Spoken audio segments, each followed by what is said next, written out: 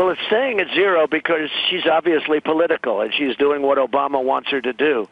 And I know that's not supposed to be the way it is, but that's why it's low, because as soon as they go up, your stock market's going to go way down, most likely or possibly. And don't forget, I called Brexit. I did a lot of calling, and what they're doing is, I believe it's a false market, because money is essentially free. I don't even invest in the stock market, and I think you saw the stocks I bought. I bought a lot of stock. I'm not a stock market guy, and I bought it because it's like I didn't use borrowed money when I invested, but it's like free money. And the stocks went way up, and then I sold them because when I did this, when I decided to do this, I figured maybe there's a conflict of interest. Who knows? With them, they accuse you of anything, so I figured I'd sell. But anybody could have made money. But let's see what happens when interest rates go up. Now, I think they're keeping them down, and they'll keep them down even longer. And any increase at all will be a very, very small increase, Joe, because, they want to keep the market up so that Obama goes out and let the new guy, whoever that new, let's call it the new guy, okay, because I like the sound of that much better, but that the new person that becomes president, let him raise interest rates or her raise interest rates, and watch what happens to the stock market when that happens, okay? Because you have no choice.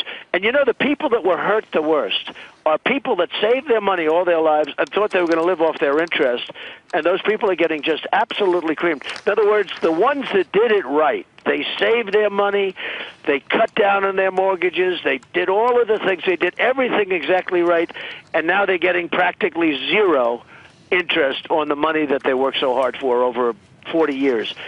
I mean, those people have really been, you could almost say, discriminated against. No, the interest rates are kept down by President Obama. I have no doubt that that's the reason that they are being kept down. Now, as a real estate person, I love it, but I'm not really. For the last 14 months, I haven't been exactly active in the. I do run my business, and I do spend a lot of time on my business. I have to be honest with you, because I'm running both a campaign and I'm running a business, which is not so easy. But I certainly haven't done as many deals as I would normally do. But I love low interest rates. But for the country, something has to happen. I don't think it's going to happen very much, because he wants to go out, he wants to play golf for the rest of his life, and he doesn't care what's going to happen after January. Well, let's say that, Donald, we do some of this stuff. Let's say we cut taxes, and let's say that we can't find enough waste in the government to pay for everything. We do infrastructure. We've already got this incredible deficit run up to where we're paying interest on that. If rates go up, what are we going to do with it? It's going to be much more expensive to try to fund what we've already done. Well, it's a tremendous problem for the country, because look, we're talking about rates that are practically at zero. If I refinance something, I get money for like almost nothing. And, to a certain extent, it's wonderful. I love it. I'm getting as much long-term stuff as I can, but I have very little debt. But I will tell you this, Joe, that at some point, if rates ever go up to a more natural level, these are the lowest rates in history. If rates go up, we have $20 trillion. We've doubled our debt under Obama, doubled it.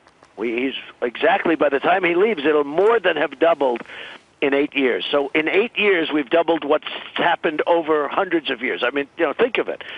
So we've doubled the debt over this last 8-year period. And the worst part about the doubling of the debt, we haven't got anything from it. What have we done? We haven't rebuilt our bridges. We haven't rebuilt our highways. We haven't rebuilt our roads or our airports.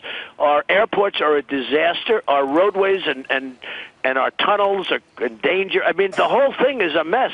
So we're at $20 trillion, and our infrastructure is a disaster. We've spent $6 trillion in the Middle East. We could have rebuilt our country twice.